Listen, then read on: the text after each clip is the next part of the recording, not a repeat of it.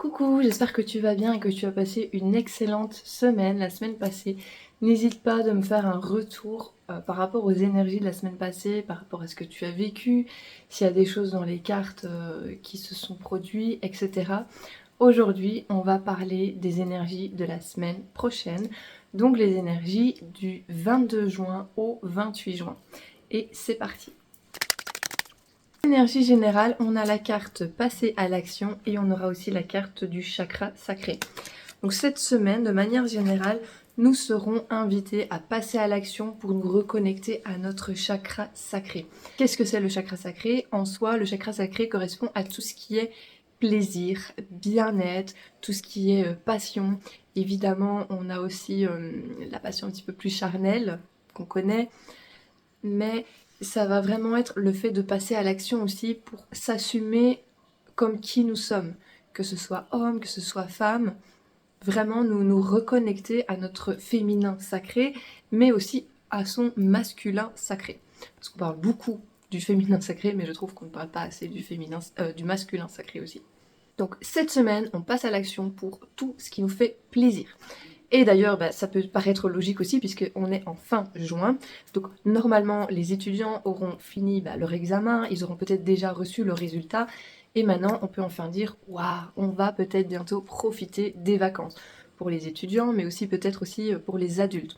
En tout cas, on sera amené à mettre les actions en place pour faire des choses qui nous font plaisir et qui nous font du bien. C'est quelque chose d'important. Au niveau professionnel, on a la carte de la croisée des chemins ainsi que la carte événement proche. Ça veut dire que cette semaine est à un point décisif pour notre avenir professionnel. Ça veut dire que vous allez être amené à devoir prendre des décisions maintenant, tout de suite, en tout cas dans un avenir très très proche, et cela aura un impact dans votre avenir professionnel. Évidemment, ce sera un avenir proche. Donc, le tout sera vraiment de se focaliser sur « Ok, là maintenant, peut-être que je vis un certain tournant dans ma vie professionnelle. Qu'est-ce que je vais faire? Qu'est-ce que j'ai envie de faire? Et surtout, qu'est-ce qui est bon pour moi ?»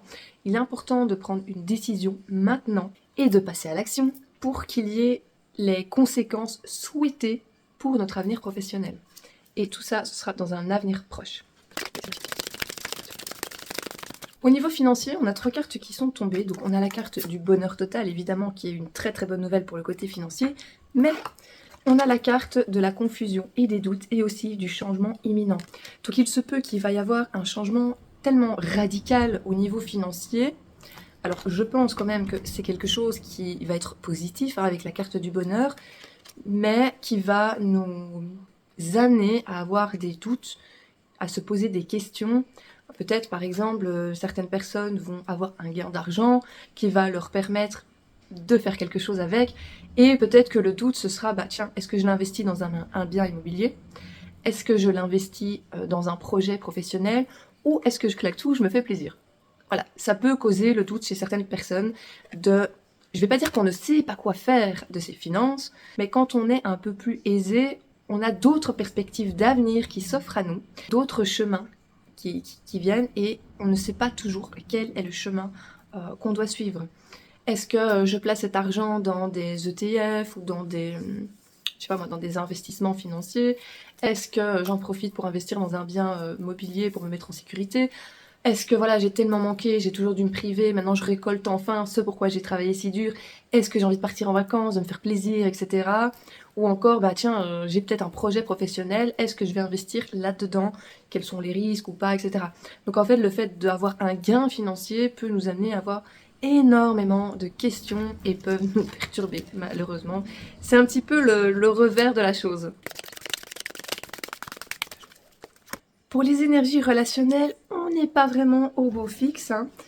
On a la carte ici d'un corps physique souffrant, parce que évidemment, quand on vit des relations qui sont pas hyper saines, qui ont tendance à nous angoisser ou à nous envahir, etc., ça peut véritablement avoir un impact sur le corps physique. Je le dis toujours, les émotions ont vraiment un impact sur le corps physique. D'ailleurs, si ça vous intéresse, allez peut-être voir si vous pouvez vous procurer le livre Le Grand Dictionnaire des malaises et des maladies. C'est vraiment un livre super intéressant, et pour les personnes qui souffrent de certaines pathologies ou de certaines douleurs, vous allez peut-être en apprendre bien plus. Qu'est-ce que vous pensez? Attention, je tiens à mettre quelque chose au clair, je ne dis pas que les pathologies sont psychologiques. Ce que vous vivez est bien réel, et il y a aussi, c'est pour ça que ce sont des choses qui sont bien diagnostiquées par des médecins, d'après des examens, mais si on lit la signification émotionnelle de telle ou telle douleur ou de telle ou telle pathologie, on peut vite se rendre compte que, ah ouais, en fait, je me reconnais totalement dedans, et ça peut nous aider aussi à faire un travail autant sur le corps physique que sur le corps émotionnel, du coup. Donc on va vivre des événements relationnels qui peut-être vont nous rester un petit peu au niveau de l'estomac, qu'on va avoir du mal à digérer, etc. Ou peut-être trop de charge sur les épaules, on pourrait avoir mal aussi au niveau des cervicales, de la nuque, les épaules, le haut du dos, les lombaires, etc. aussi. Et on parlera ici de désintérêt et d'oubli, et aussi de transformation. La transformation, j'ai l'impression qu'on va plutôt sur quelque chose de positif au final. Mais on va d'abord vivre le désintérêt et l'oubli de certaines personnes, ou nous, vis-à-vis aussi de certaines personnes, où on va se dire, c'est bon, en fait, ça n'en vaut pas la peine. Mais même si on se le dit, ça peut avoir un impact. En tout cas, il y a une souffrance qui sera présente. Mais c'est quelque chose qui va nous transformer, et nous transformer en bien. Parce que je pense qu'en mettant fin à certaines relations, on peut se reconnecter à qui on est, à ce qu'on aime vraiment, avant de pouvoir espérer être aimé des autres. C'est paradoxal parce que c'est moi qui le dis. Il faut apprendre à s'aimer soi-même. Et encore une fois, je dis c'est paradoxal parce que c'est moi qui le dis. Si je vous dis ça, ça ne veut pas dire que je m'aime. J'ai aussi mes lacunes, j'ai aussi mes traumas, j'ai aussi mes défauts. Et je sais pertinemment bien que s'aimer soi-même, ce n'est pas quelque chose qui est facile. Surtout quand on ne nous a pas appris à le faire, en fait. Et pourtant, c'est quelque chose d'important qui se travaille, mais en fait, tous les jours. Vous êtes la personne avec qui vous allez vivre toute votre vie, que vous le vouliez ou non. Alors autant faire en sorte que la relation de vous à vous-même se passe au mieux, se passe en harmonie, se passe avec amour, etc. Et encore une fois, hein, je le dis, je sais que ce n'est pas facile, mais je pense qu'on peut tous faire ce travail.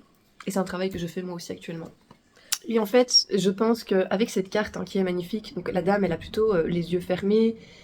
Je dirais qu'elle a un regard un petit peu triste, mais on voit que de l'autre côté, il y a des fleurs qui sont en train de fleurir, bah oui, c'est logique.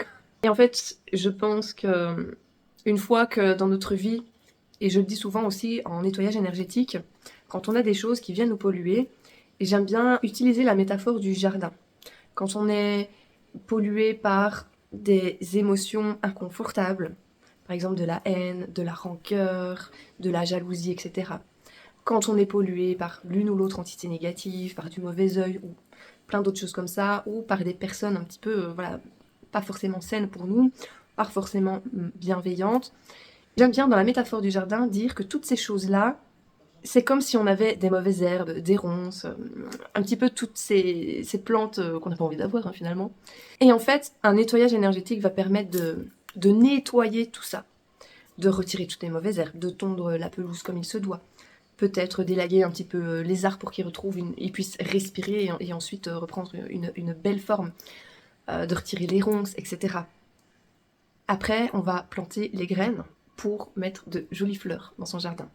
Ça, quand on coupe les ponts avec certaines personnes, c'est pas que je dis que ces gens sont des mauvaises herbes, c'est vraiment imagé, hein, mais en se débarrassant de ce qui nous convient plus, finalement, on laisse l'opportunité et la chance, et l'espace aussi, de voir fleurir ces jolies fleurs dans notre jardin, dans notre corps, dans notre esprit, dans notre cœur.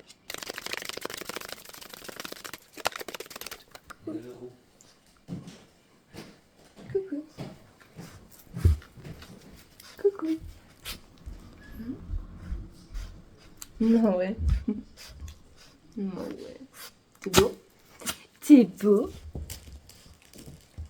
Ah, il m'a bien léché.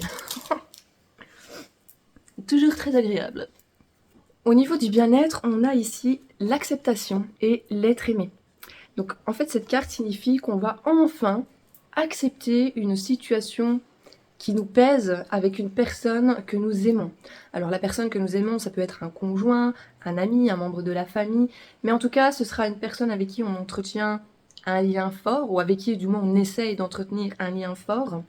Et la relation avec cette personne n'est pas forcément au beau fixe, comme on l'a déjà vu cette semaine et la semaine passée.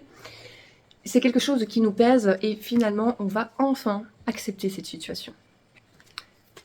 Et peut-être qu'il était temps.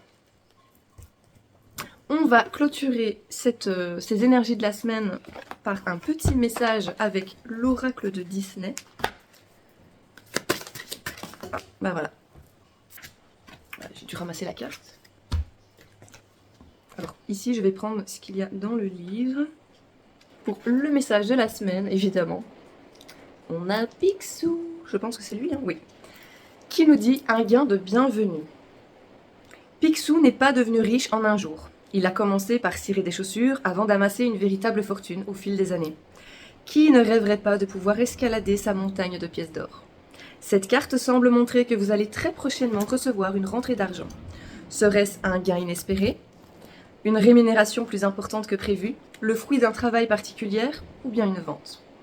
Toujours est-il que cela vous ouvrira un nouvel horizon de possibilités. Qu'il s'agisse de vous faire plaisir à travers un achat ou des vacances, ou bien en gâtant vos proches, autorisez-vous à en profiter. Cependant, prenez garde à ce que vos gains ne vous fassent pas perdre la tête. Il peut également être sage d'en économiser une partie pour des jours moins fastes. Il pourrait aussi contribuer à la réalisation d'un projet futur de plus grande envergure. Et si vous réfléchissez à la meilleure manière de l'utiliser, sans vous laisser entièrement gagner par la fièvre de l'or. Et en fait, je trouve que ça correspond bien au tirage qu'on vient de faire sur les énergies financières, où je disais que parfois quand on a un gain d'argent, on est un petit peu dans le doute, la confusion, parce que on n'est pas habitué, et du coup on ne sait pas trop quoi faire, quelle est la meilleure chose à faire aussi pour ne pas perdre en fait, et ne pas retomber du jour au lendemain. Et en fait, voilà, je trouve que ce message correspond bien à ce qui vient d'être dit au niveau des énergies de la semaine. J'espère que cette vidéo vous aura plu, je vous remercie de m'avoir écouté jusqu'au bout, et je vous souhaite une très très belle semaine. Je vous envoie plein de gros bisous.